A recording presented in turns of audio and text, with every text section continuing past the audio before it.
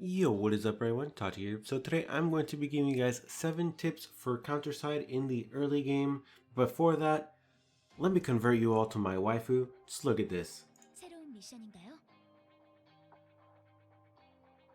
So while I haven't done this, and it's actually why I'm having a bit of trouble in certain areas, ideally you do want to have at least 2 teams that are more or less around level 40 plus, preferably higher, because there is a lot of content in this game that is going to require at least 2 teams.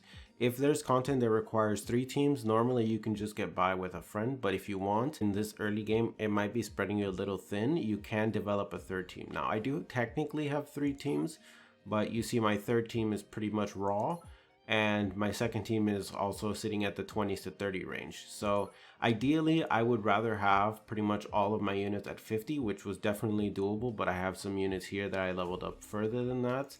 That is more than likely the best that you can do in terms of having teams available so that you can actually beat story mode pretty easily. Now when it comes to PvP, it probably is more advisable for you to have just one really strong team, and that's probably how there are people with like 5,000 squad CP or whatever that are just destroying an arena.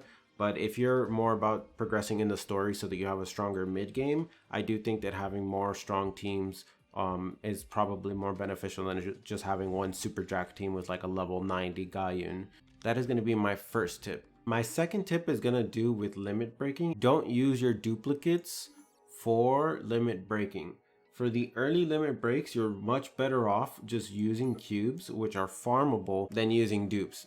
Now, that is the case at least until I believe level 100, which is around when KR players say that you want to save dupes for the level 100 to 110 upgrade, which is going to require 15 duplicates at 2 levels per 3 dupes. I'm assuming that's because it costs 75 of these high tier ones to upgrade per, and that just sounds incredibly expensive, so you're probably better off using dupes for that. Now, that being said, there is an exception to this, and the exceptions are going to be low rarity units. So if you're using R units, those are pretty easy to get, as well as farmable SR units, which we will get into later. Those should be fine to be using dupes on, and that just comes down to the fact that you're going to be getting them pretty often from farming anyways. So those are okay, but definitely SRs that are not farmable or like pretty rare, like even something like Orca, which is technically farmable, just go ahead and just keep your duplicates. The next piece of advice I'm going to give you is farm gold with your excess stamina. Now, at the moment, I have 11,000 and I typically am sitting at around 11 to 20,000. So what you can do is go into a story mode or even a shard farming map. Go ahead and put it on repeat operations and then just put it on repeat. You put your 5,000 or whatever, and it's gonna do that. Depending on how long the map is, it could take you anywhere from like 20 minutes to 2 hours. And just go ahead and just use your excess stamina. Otherwise, obviously you're not gonna be regenning. And honestly, this game gives you so much stamina, it's really not a big deal. Plus, you are gonna need a lot of gold. Trust me, a lot. Like in the millions per character, especially around the like 70 to 90 range. So you're gonna want as much gold as possible. In terms of gold efficiency, I do think that chapter 3 hard is probably the most farmable location, but unfortunately I don't have that quite yet.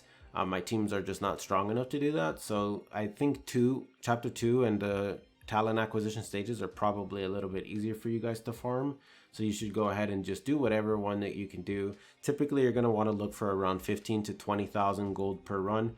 The next piece of advice I'm going to give you is refresh the shop the 5 times per day that you can, and go ahead and just grab pretty much these, which are the summon tickets, apt cores, which you're going to need a lot of. Pretty much anything that you're in urgent need of, just go ahead and grab them from here and just refresh and just keep doing that. And then you just keep doing that the 5 times per day so that you can just get a bunch of materials. That's going to help you advance in the early game. Sometime later on, you could probably go ahead and stop doing this, but at least right now, no reason not to do this. My next piece of advice is going to be farming Orca in the side stories. Now, you get 3 attempts per day for her, and then you get another 3 if you do John Mason's side story. And go ahead and do your 6 attempts and you can farm Orca out. She's going to be a free SSR basically, which you are eventually going to get just from shards, or if you're lucky you can actually get the entire unit herself. So that's always useful. Just make sure you do your 3 attempts per day. No reason not to do it.